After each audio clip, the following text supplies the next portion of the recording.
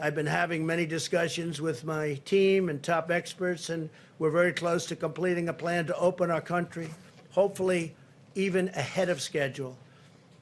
And that's so important. We will soon finalize new and very important guidelines to give governors the information they need to start safely opening their states.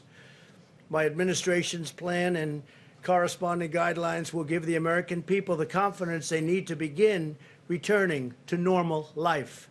That's what we want. We want to have our country open. We want to return to normal life. Our country's going to be open, and it's going to be successfully opened.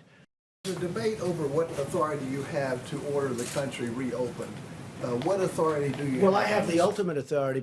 My question to you is, what provision in the Constitution gives the president the power to open or close state economies? And then Numerous provisions. We'll give you a legal brief if you want. and then we'll be looking forward to that, sir. But following up, what happens if you say, for instance, we want states to reopen, but California or New York do not open? What would you do Well, then? I think everybody wants to open. I mean, Sorry, can I just ask one I other guess, thing on the... that could happen, but I don't think that would happen. States that have closed, ordered schools closed. It's been states that have ordered businesses like That's restaurants because and I let bars that closed. happen, because I would have preferred that. I let that happen. But if I wanted to, I could have closed it up. But I let that happen. And I like the way they've done it. And the 7 that remained really in sort of a semi-lockdown, if you look at those states, they've really done a very good job. They're very much different from a New York or from other places where they've been hit very hard. You're prepared then to pick one states and say, I order you to open your schools, I order you to force Go ahead, kids to be able to go? Yes, Mr. President. Following up on that, there are 2 consortiums of states today, California, Oregon, Washington on the West Coast, northeastern states, totally representing about 100 million people, who said they're going to cooperate and decide when to reopen. Well, they can those decide, states. but... Does that undermine what you're trying No, to do? not at all. Let me just tell you, very simple. I'm going to put it very simply. The President of the United States has the authority to do what the President has the authority to do, which is very powerful. The President of the United States calls the shots. If we weren't here for the states, you would have had a problem in this country like you've never seen before. We were here to back them up, and we've more than backed them up. We did a job that nobody ever thought was possible. It's a decision for the President of the United States. Now, with that being said, we're going to work with the states because it's very important.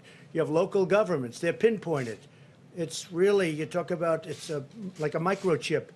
They're pinpointed. We have local government that hopefully will do a good job. And if they don't do a good job, I'd step in so fast. But no, they can't do anything without the approval of the President of the United States. Go ahead, please. So if some states refuse to reopen and you order them to, the 10th Amendment to the Constitution says all powers that don't reside in the President or the Congress reside in the states. How do you overcome that? Well, if some states refuse to open, I would like to see that person run for election. They're going to open. They're going to all open. The ballot box. I think that's something that's not going to happen. They want to open. They have to open. They have to get open. Every one of those states, the people want to go and they want to. Now, some are in a different situation. You have, I won't name states now, but I will over the next 2 or 3 days. I'm going to be very specific. But you have some states where this is not the kind of a problem that it is in New York or Louisiana or Michigan or other places that got hit very hard. Illinois got hit very hard. But all states want to open, and they want to open as soon as possible, but they want to open safely, and so do I.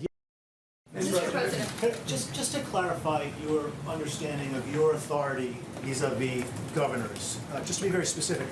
For instance, if a governor issued a stay-at-home order... When you say my authority, the president's authority, not mine, because it's not me.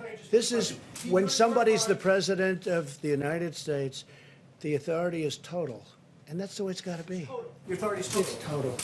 It's total. Your authority And the is governors total. know that. So if a The governors know that. Now, you have a couple of bands issues of, excuse me. You have a couple. Could you rescind that order? You have a couple of bands of Democrat governors, but they will agree to it. They will agree to it. But the authority of the President of the United States having to do with the subject we're talking about is total.